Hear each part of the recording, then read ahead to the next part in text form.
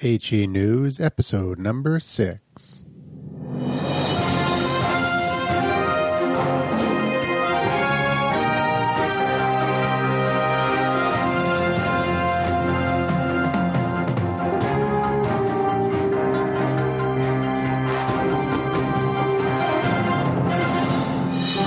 You're listening to Health Empowerment News with CROFT and WOODRUFF. This week, the swine flu body bag fiasco, Bill C-6, and corporate front groups. Welcome back to Health Empowerment News with CROFT WOODRUFF. I'm here in the studio with CROFT.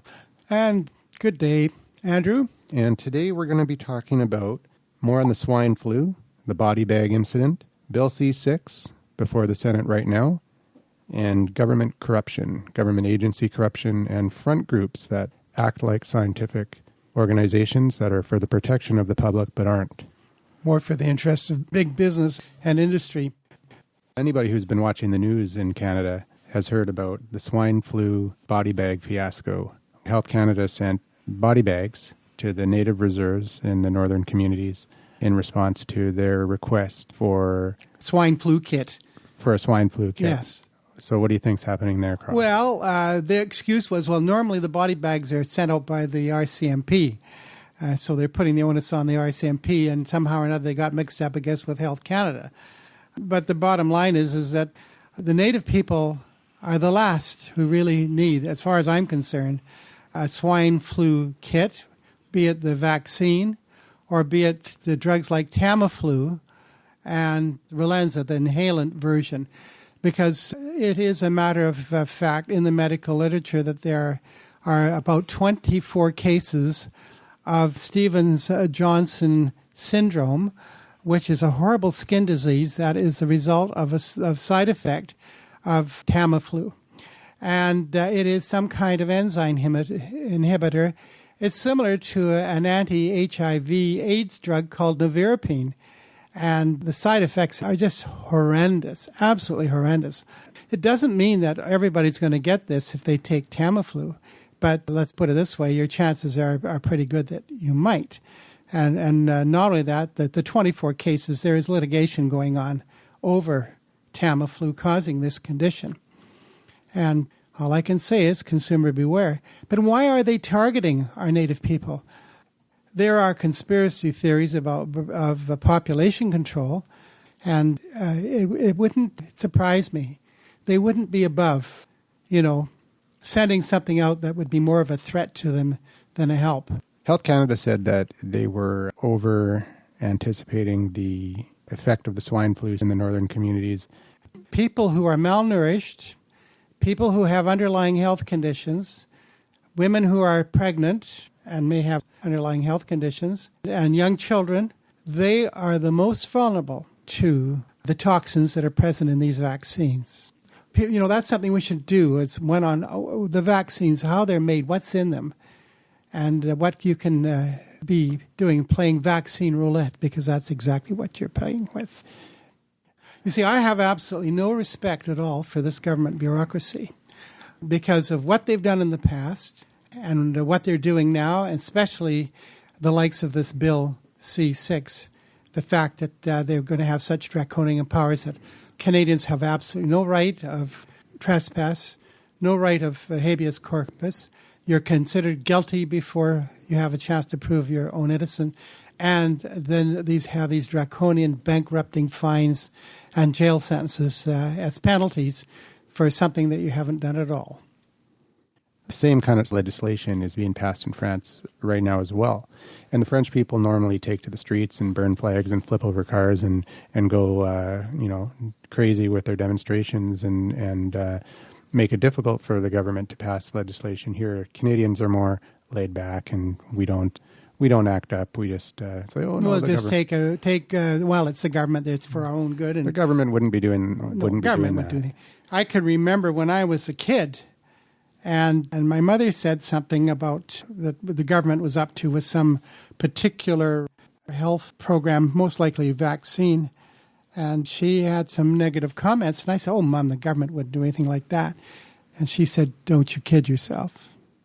hysteria over the swine flu is intentional in order to get this kind of legislation through. That's it exactly, and that's what they've done with Bill C-6, sliding it by, so that they can take these draconian measures. The tagline was that it was Bill C-52. Yes, but Bill C-6 is the rebirth of Bill C-52. Yeah. And it's probably even worse. It was lead in children's toys. Oh, well, yeah. I mean, who let the lead in the children's toys get into the country in the first place? But who wouldn't be against lead in children's toys? Of course, of course. But and we need regulation to prevent. Who wouldn't be against melamine in cat and dog food, as well as powdered milk?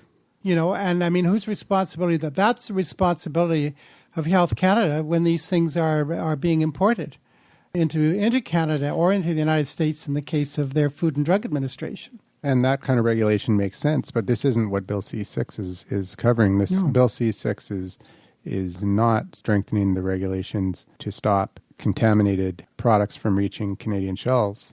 Right? There's other ways of dealing with that. The legislation's already there, and they could increase the testing of the products.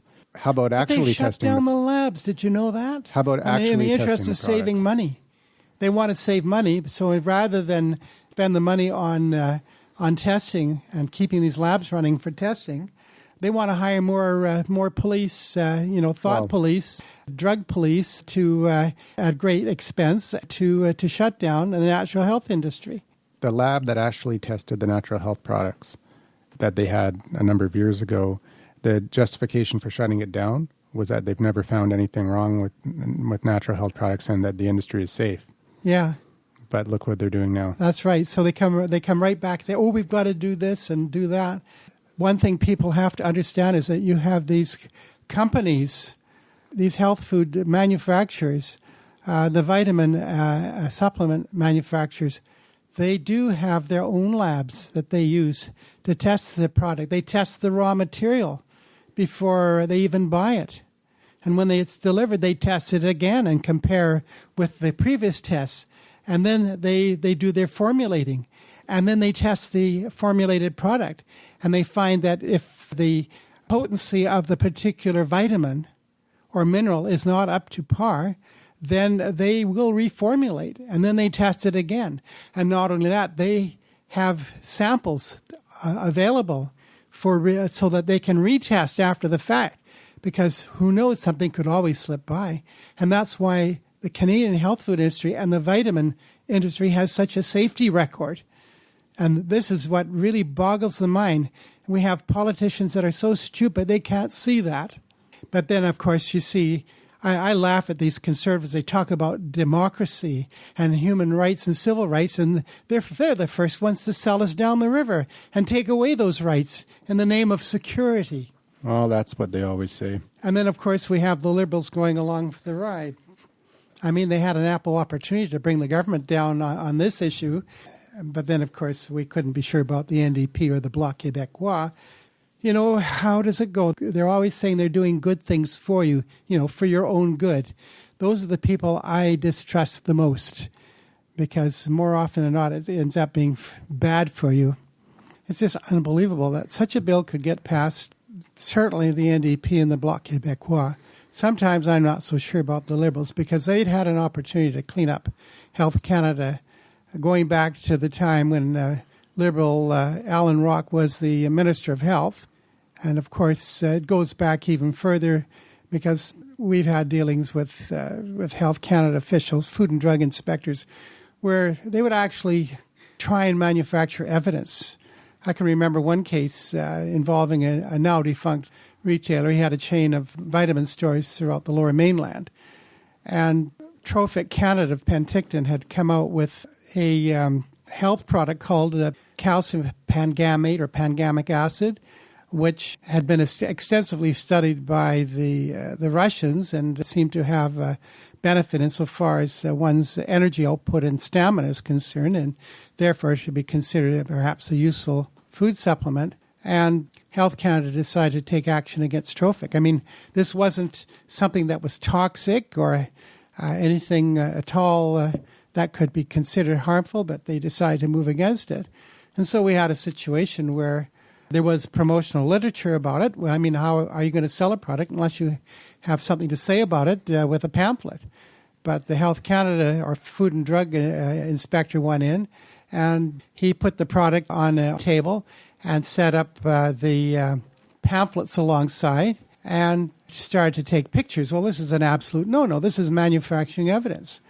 And Health Canada really doesn't want you to say anything about vitamins and minerals and food supplements, how good they are and how they should be used and what benefit they have had with regard to research into their usefulness in, in improving nutrition and fortifying the body against disease. This is just incredible that they could do such a thing, but this was going on way back in the 70s and into the 80s. But we never had any really sympathy from the Conservative government under Brian Mulroney. And Jake Epp, who was the health minister, was really, as far as I'm concerned, a fifth columnist with regard to representing industry interests.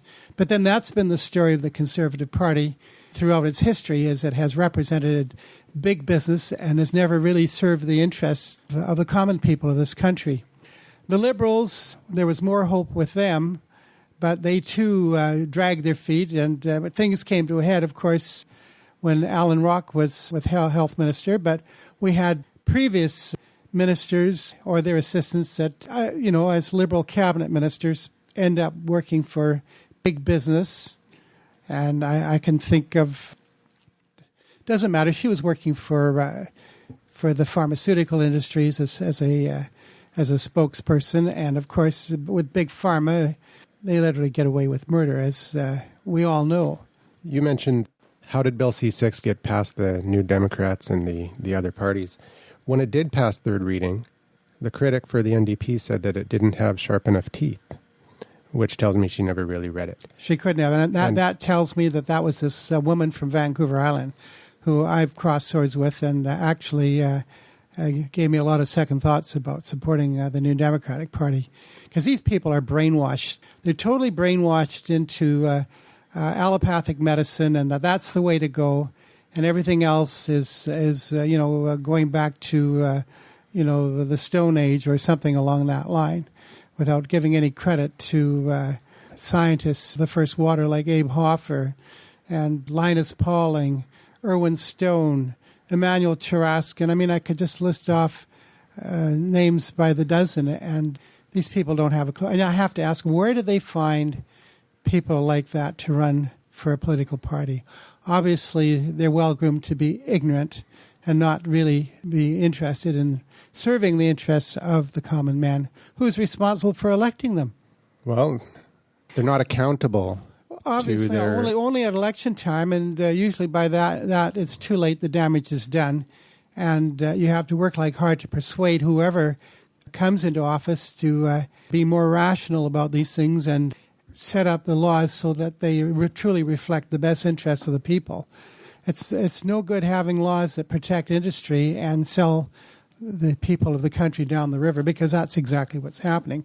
We've seen that. How did Vioxx get approved way back in the 1980s? How did that get approved and had to be taken off the market?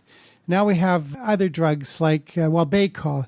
These drugs have killed hundreds of thousands of people, causing heart attack or heart failure.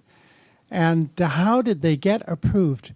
And obviously because of the corruption within the regulatory bodies, not just Canada, but also the United States and the United Kingdom and other European countries as well. Before we go any further, I think that a lot of our listeners may not even know what Bill C-6 is, because the local candidate for the Green Party didn't even know what Bill C-6. She had never heard of it. Bill C-6 is an amendment to the Consumer Protection Act, originating out of Bills C-51 and C-52, and before that, the bill that foods are not drugs. We'll put it this way: the Conservative opposition had a bill that would have really cleaned up and streamlined Health Canada as far as regulating natural health products. And basically, the credo was that foods are not drug, whereas as it stands today with the Food and Drug Act, they treat vitamins and minerals and herbals as drugs. And if you make a claim for broccoli, a health claim for broccoli, under the Food and Drug Act, even with Bill C-6, it can be determined that you are making a health claim for that food, and it becomes then a drug. Just like you would make a claim for aspirin, relieving a headache, aspirin is a drug. If you make a claim for willow bark as a relief for headache, it becomes a drug. And white willow bark is the basically derivative. That put it this way, that aspirin, ASA, acetylsalicylic acid, is a derivative of white willow bark. So it's the natural source. It's the natural source. But then, of course, you can't patent white willow bark, but you can patent pure acetylsalicylic acid, aspirin, in other words. You can patent that. And by patenting it, that means if you have exclusivity, you have rights to that, and anybody who uses that product, and they have to purchase it, they pay a royalty which goes to the coffers of the patent right holder. That's the whole foundation of our drug industry today. They're making all kinds of claims for aspirin. A new claim, or more recent claim, is a blood thinner, so it would protect you against heart attack by thinning the blood and preventing blood clot. And actually, I suggest to you that it's a very dangerous use for aspirin because it can cause internal bleeding. So Bill C-6 is before the Senate right now. It passed third reading in the House of Commons a number of months ago. Yes. Now it's before the Senate. The Senate is supposed to be the studying it. Sober second thought. Yeah. And due to the activities of a number of people who are fighting for health freedom in Canada, there's a lot of attention that is coming now before the senators. Some of them are quite horrified for what they are reading. They see that right of privacy, the right to a man's home is his castle, that they can do search and seizure without a warrant. I mean, this sounds like anti-terrorist legislation more than anything else. Well, Helke Ferry, the publisher, owner of Cost Publishing, she sent out an email, and I posted it on the Foods Are Not Drugs website. It's called What's Wrong with Bill C-6, and she puts out a number of points. The first one, this is coming from constitutional lawyer Sean Buckley. He says, for the first time in Canadian history, Bill C-6 not only abolishes the law of trespass, but also allows warrants to be issued to search private homes without evidence of criminal wrongdoing, in violation of Section 8 of the Charter. Also under Bill C-6, anybody that is considered to be in violation of the Act, if the minister thinks this is so, this is the key point, it's determined by the minister, not by the courts. When has the minister had greater powers than the courts? Since when is any elected government official above the law? So that's what we're looking at. Bill C-6 also defines our government to include a government of a foreign state or a subdivision of a foreign state, an international organization of states. Canadians cannot question or vote out foreign governments, therefore. But they have access to your privacy. They have access to information relative to you without your say-so. And this is totally an abrogation of our sovereign right as a nation and as citizens, independent of any foreign government or power.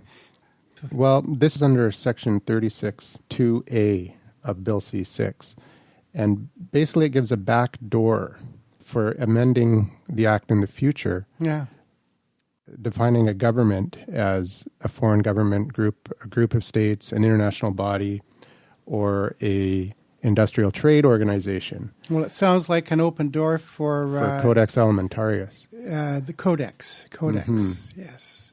So instead of having to put a bill or an amendment to the bill through Parliament again, it gets passed automatically due to this clause, which allows amendments to the bill by a government and defining a government as outside of Canadian government. And this is or a minister whose hands are in the pockets of big business, and vice versa. Out of everything in Bill C-6, this is one of the most disturbing clauses in Bill C-6. Truly odious. Helke Ferry states that no matter how benevolent its intended protections. Nothing warrants the removal of basic rights, the subversion of the Constitution, the usurpation of the courts, and the disempowering of Canadian citizens. She further states that Bill C-6 cannot be amended. It must be withdrawn totally. Any other bill containing these provisions already passed or currently proposed must also be withdrawn. Given that it's currently before the Senate and some senators are actually taking notice and saying that, do we really want to be giving totalitarian power to a bureaucrat in the pursuit of a very noble cause of protecting the public?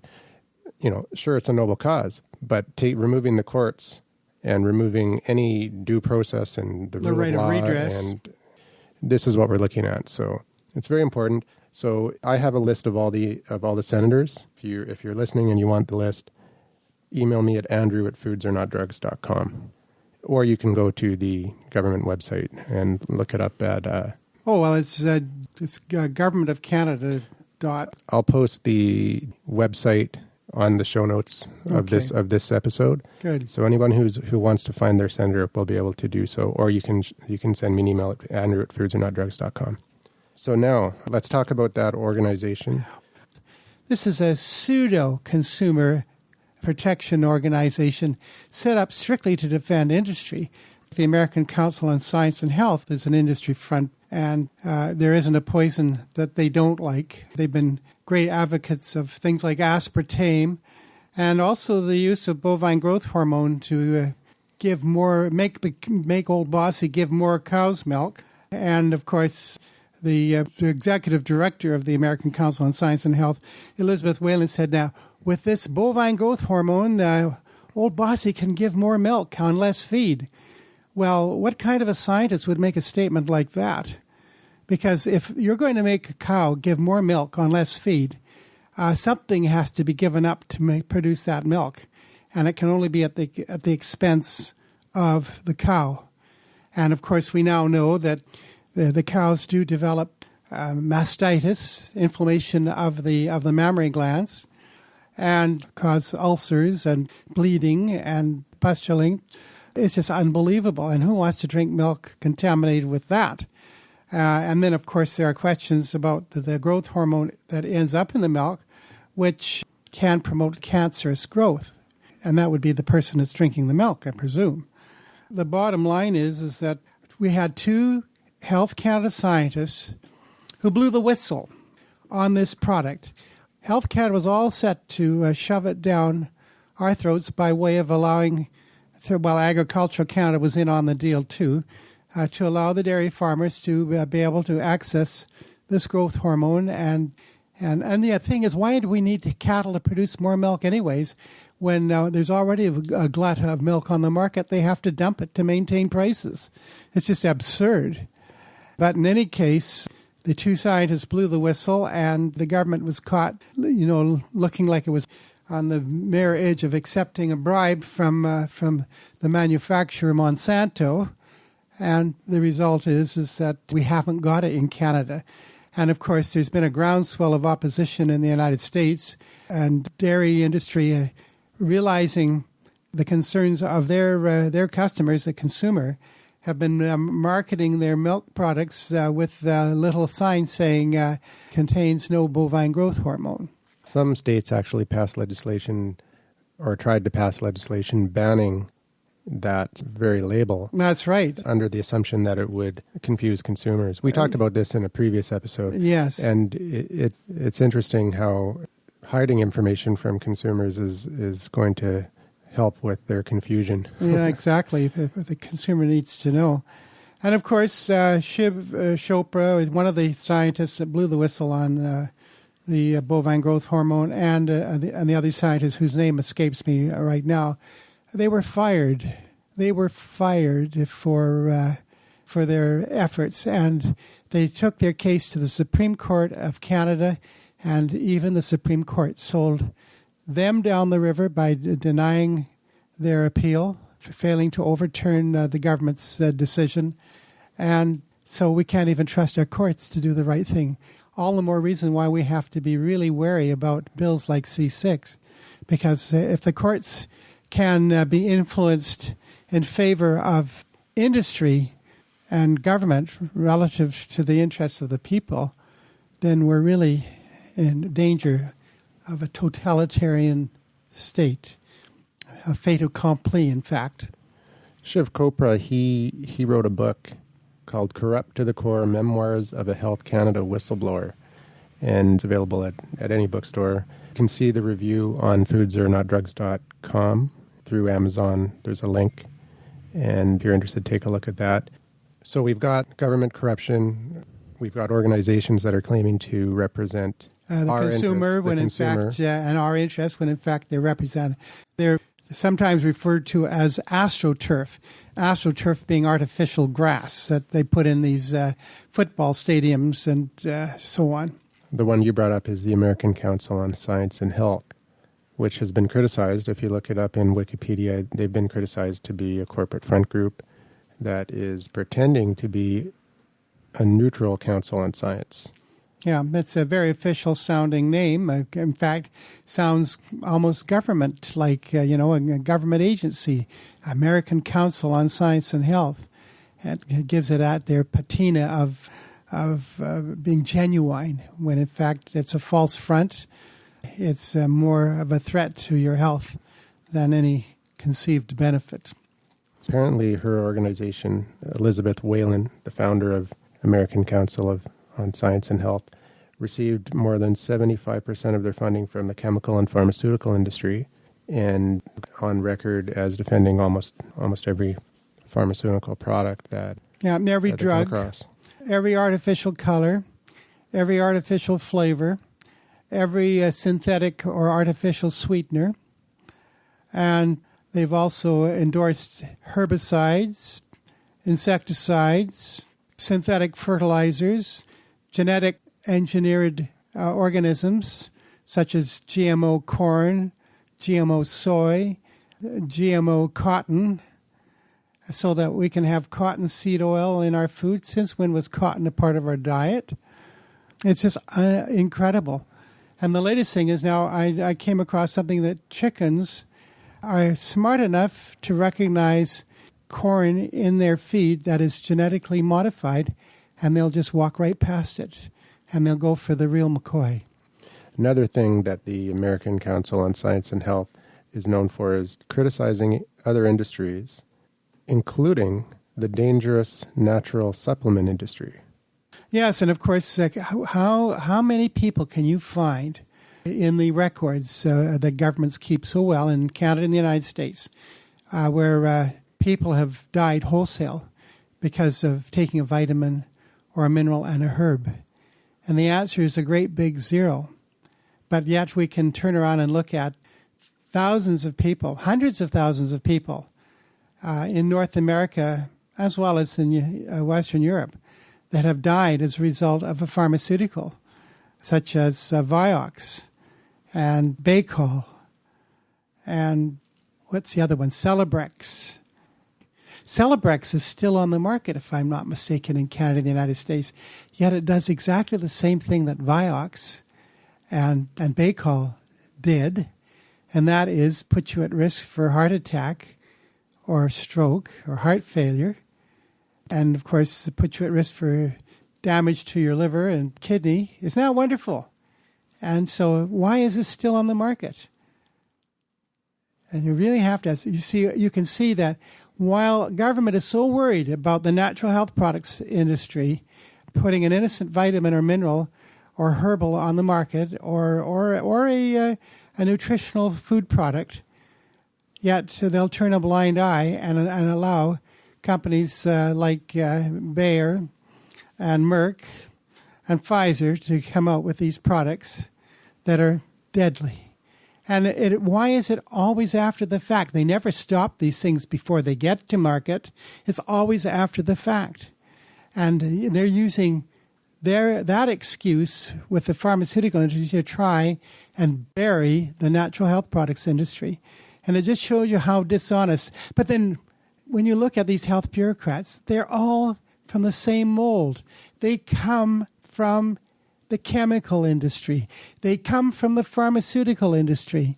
Are they going to bite the hand that originally fed them and is very likely to feed them after they leave government? I would say not bloody likely. So we have to look at these people with great suspicion, because can they really be trusted to look out for the interests of Canadians and our American cousins when they have allowed such devastation? I mean, we have Pfizer being fined by the U.S. government to the tune of $2.3 billion because of marketing it for conditions that it was never approved for.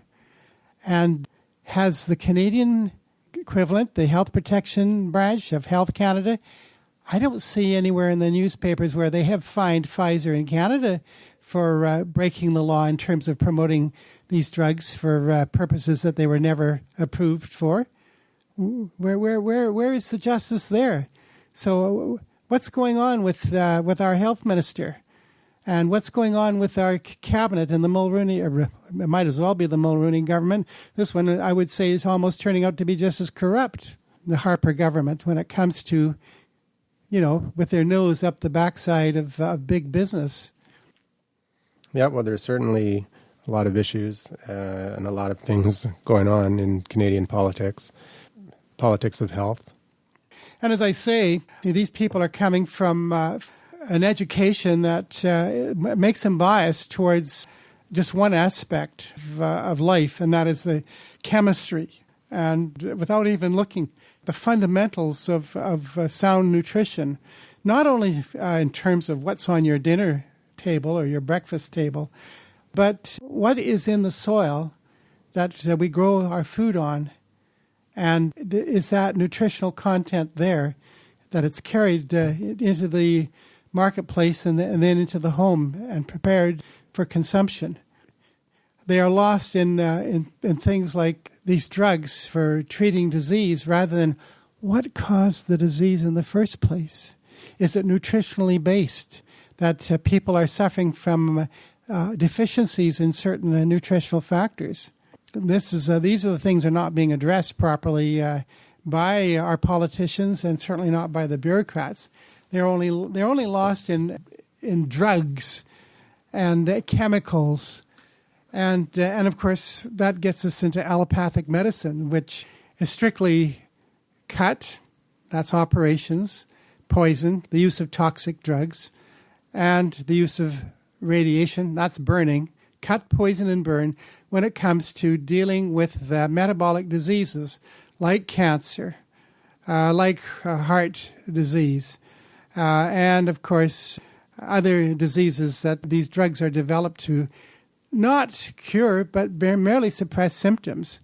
And because there is no cure, the patient has to keep coming back for more and more refill of his prescription, and it means a guaranteed return to the manufacturer of that prescription drug. But in the meantime, the patient is suffering side effects, which means drugs to suppress those side effects, so it's more. And the result is where you go to a doctor's office and get a prescription for one drug, by the time your life is almost over, you're probably on 17 different drugs, half of which are there to suppress the side effects of the other half. Well, it sounds like a good business model. Absolutely. You can't lose on that. And, of course, that's why we have scientists that have been totally ignored in their work in the field of nutrition. We've seen medical doctors pilloried and driven out of practice by their licensing boards, who are there not on behalf of do these doctors have a garage full of bodies? No. They are actually curing patients, but that doesn't put any cornflakes on the table of big pharma. And you have a situation like, say, a College of Physicians and Surgeons of one province, where they actually have on the college board a fellow whose PhD is involved in pharmacology and drugs. So he's there to make sure that they're pushing the drugs, obviously. And I know of doctors who lost their license to practice medicine because they weren't prescribing enough drugs or were not prescribing drugs at all. I know of one doctor who is living in Williams Lake. He's now an ex-doctor. I'm not just sure how he's making out for a living, but he's probably gone into naturopathy where the college can't touch him. But his crime, as far as the College of Physicians and Surgeons of this province, was that he wasn't prescribing drugs like Ritalin to hyperactive kids, and he wasn't prescribing it's an antipsychotic drug or an antidepressant drug to his patients suffering from chronic depression. That was his crime, and so he lost his license. How did they find out that he wasn't prescribing these drugs? Because patients, of course, going by the drug advertising, they want to be prescribed these drugs, and his position as a physician said, these drugs aren't going to help you, they're just going to make your condition worse, but why don't you try this? And so they probably complained to the college, not because they were poisoned to death, not because they ended up in a coffin and in an early grave. No, simply because he decided to prescribe what he felt was better for them, and they chose to challenge that. And of course, we know already when the big pharma comes out with a new breakthrough in some drug, Erbitux is a perfectly good example. This is an anti-cancer drug. It costs the Medicare $2,400 a week to treat a cancer patient. And in spite of the fact that after 12 months of treatment, the tumors have shrunk, but the patient is dead. And there are some provinces that have refused to pay for this treatment because they have recognized, the Medicare people or people running the provincial Medicare have recognized the drug isn't worth the powder to blow it to where. It is a useless drug, and it's causing an unnecessary expense on Medicare and taking away money that would be better spent elsewhere in terms of patient treatment and care. And this is a fact. And but some provinces, it's available, but it doesn't do any good. As I said, it shrinks tumors. It takes about 12 months to do it, but in the meantime, the patient's dead. So this is the kind of drugs that they approve. And I mean, I could come up with other examples of this kind of pharmacology, and it's absolutely insane.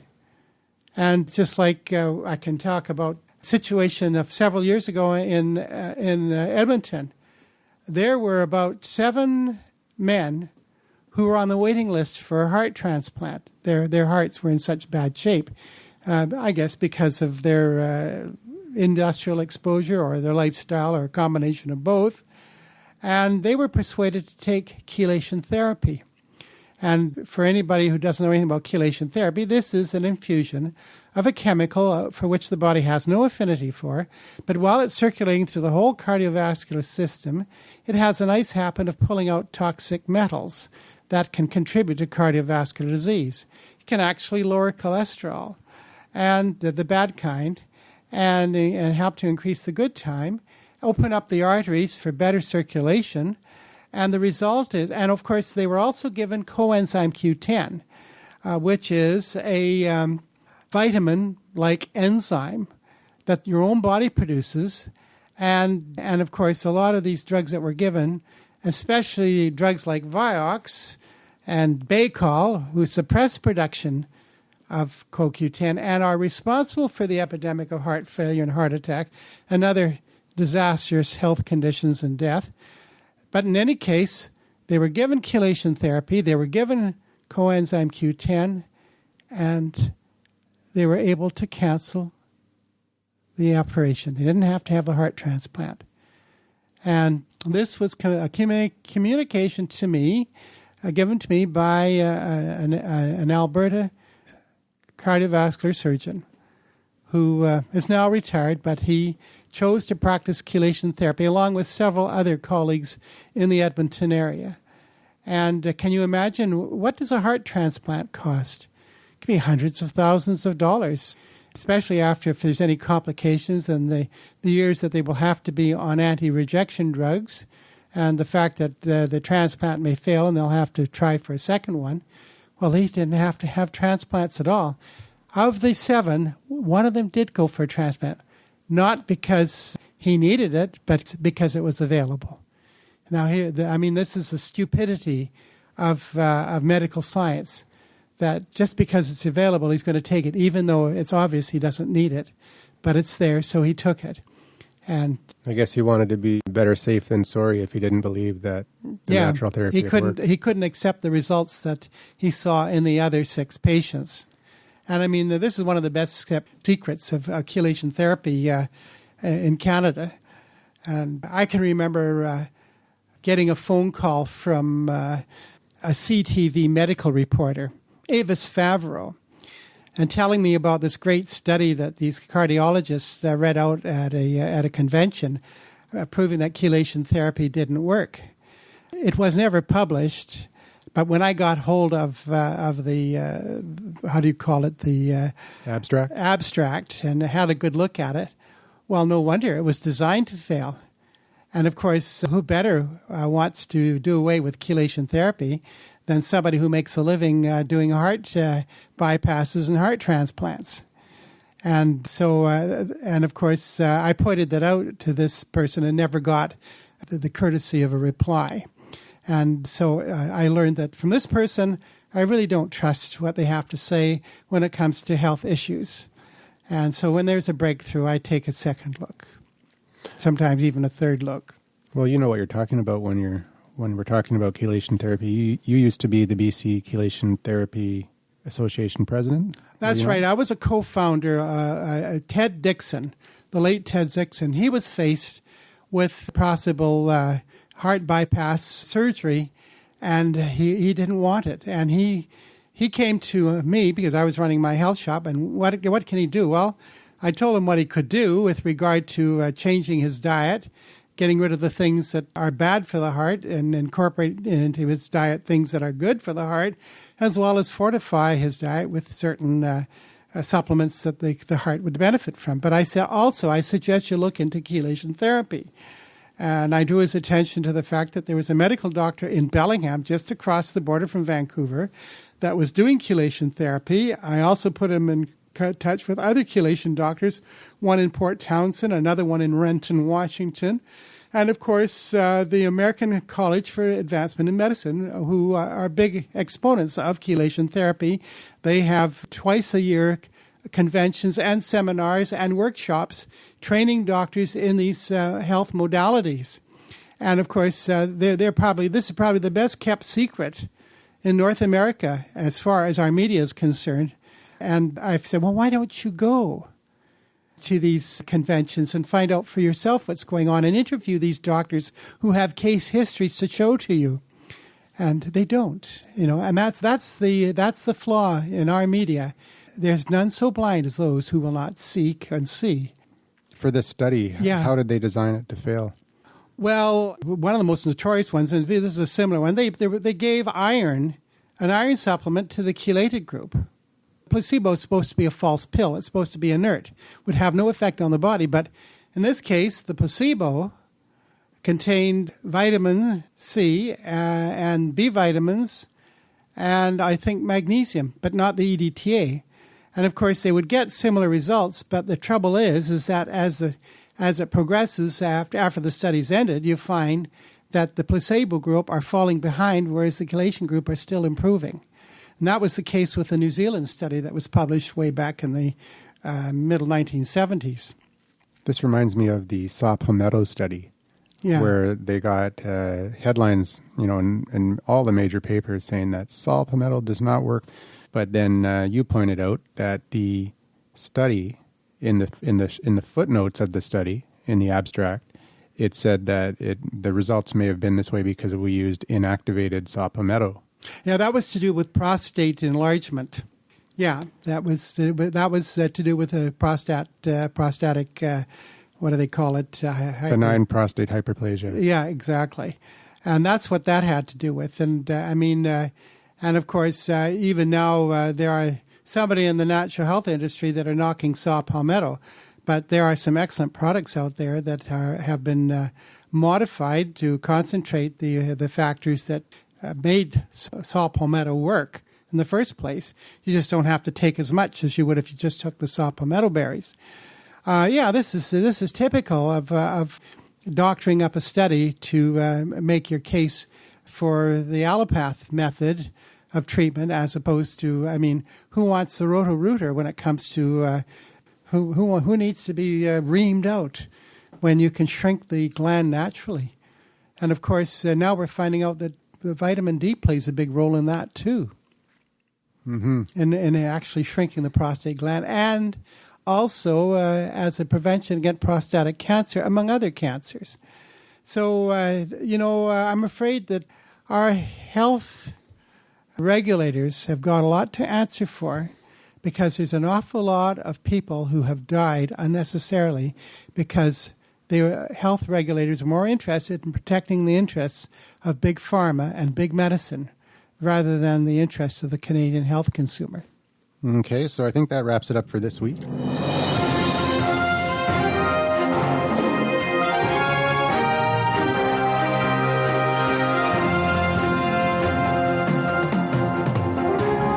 Thank you for listening to Health Empowerment News with CROFT WOODRUFF. See you next week.